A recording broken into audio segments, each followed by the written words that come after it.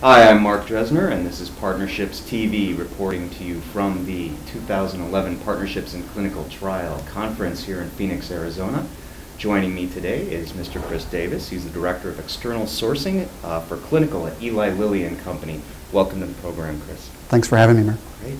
Let's dive right into this. Several years ago, looking back, Eli Lilly was one of the first pharmaceutical companies to really form focused strategic partnerships. And I was wondering, when we spoke earlier, you said this has been a very successful strategy for the company. I was wondering if you could tell us a little bit about why the company took this change in direction and why it was adopted and why you think it's been so successful. Sure. Several years ago, probably 7 years ago, Lilly made a very important strategic decision that we were going to be an integrated pharmaceutical network, right? Mm-hmm. That we were going to use our partnerships to be successful in the marketplace across the whole value chain. And within clinical, we also thought that would be an important piece. So we had been outsourcing work for many, many years, even prior to this decision, but we needed to do it in a more strategic fashion. And we realized very quickly that partnerships are important, but they also take a lot of investment if you do them right. And so for us, it was important for us to establish strategic partnerships with key third parties that we felt could give us the most value in terms of on-time delivery, quality, et cetera. And so we went through an exercise about 5 years ago and evaluated a number of CRO partners that we had been working with, and went through an extensive exercise of evaluating their capabilities, their global footprint, their quality, their on time, their cost, et cetera, and decided upon several of those CROs as our strategic partners.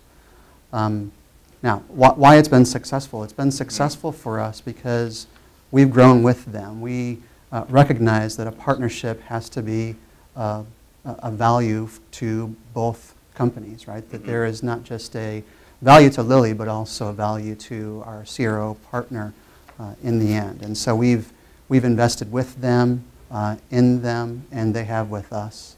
And we've seen great improvements in our on-time delivery and in our quality levels across clinical development. Sounds terrific. It sounds like there's a really strong relationship there, very symbiotic. Yep.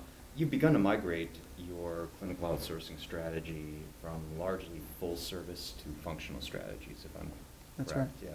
Yeah. What was the reason for that shift, and how would you, assess how successful it's been? So. Yeah.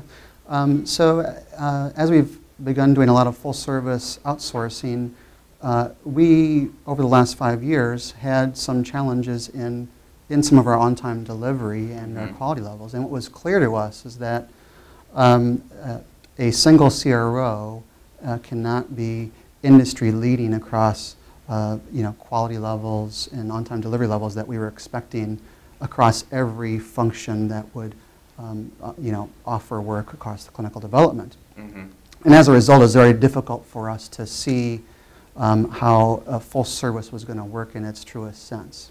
And so we went through an evaluation about 2 years ago to establish functional partnerships with expertise in, for example, monitoring or data management or statistics. And we went through evaluation of their services, very extensive evaluation, and we feel we've chosen, in our humble opinion, have chosen the industry-leading third parties in each of those capabilities. And so your portfolio of strategic partners then naturally grew because you weren't using one size fits all. We actually started with our pool of strategic partners, so it did not. It actually stayed flat. We didn't need to extend beyond our current strategic partnerships.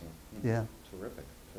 Now, you had a great quote, and that is that you've grown together with your strategic partners, which I think is a really critical point. Sound alliance and relationship management, very, very key, as you mentioned, to getting the value out of any long-term strategic partnerships. What steps does your organization take to not only assess the health of the partnership, but to ensure it moving forward? Sure.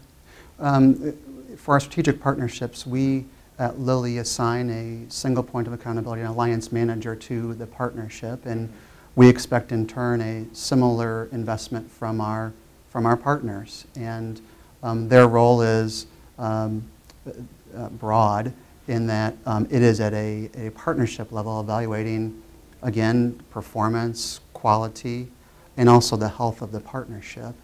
But beyond that, they are also a point of integration for all the work that that third party does for us, which is a very important role that no one else within our partnerships plays. They bring all this work together and can evaluate, is this partnership going in a positive direction and not? And if not, then what are we going to do about it to make it into what we want it to be?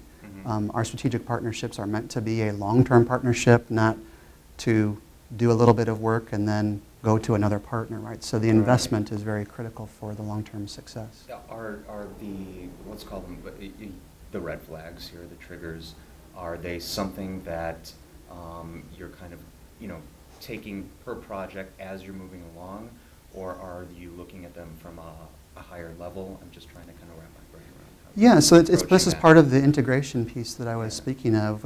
Each of our deliverables has a metric tied to that.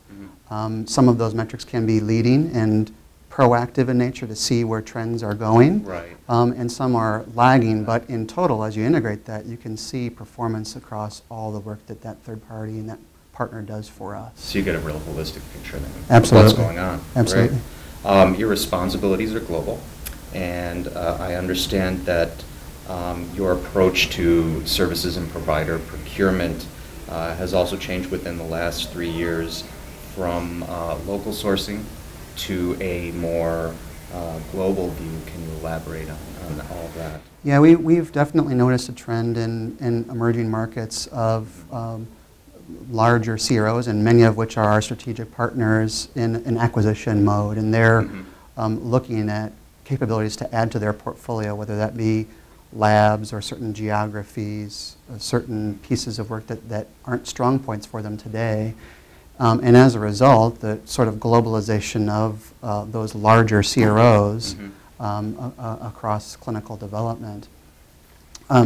It's been fortunate for us that many of our strategic partnerships actually are very active in the acquisition mode. And so while we still rely heavily on local providers and niche providers in our portfolio, greater than 75% of our outsourced work in clinical comes from our strategic partnerships because of the global footprint that they have and the growing globalization of their company.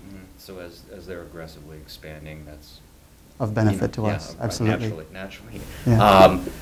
While you have this foundation of preferred partners and obviously some very strong cemented relationships, and you might not be actively looking for a new CRO, let's say. Sure. But if you were, if I wanted to work with you as a CRO, what would you look for from me? How would I get on your radar? And equally important, what can I do to avoid being crossed off the list? Sure.